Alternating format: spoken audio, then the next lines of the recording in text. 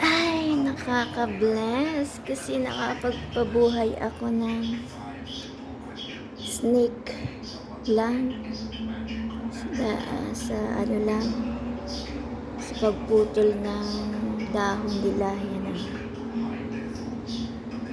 Ayan. Meron na siyang anak. Galing-galing. Tapos ito rin.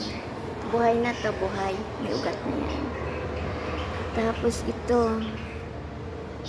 Ayan na. Tumubo na yung kanyang anak. Galing-galing. Tapos ito. Meron na rin siya. May anak na rin. Wow. Galing-galing. Alis ka dyan. Ayan na yung anak niya. Tapos, itong 1 month na itong orchids na dahon, tinanim ko. Buhay na rin siya.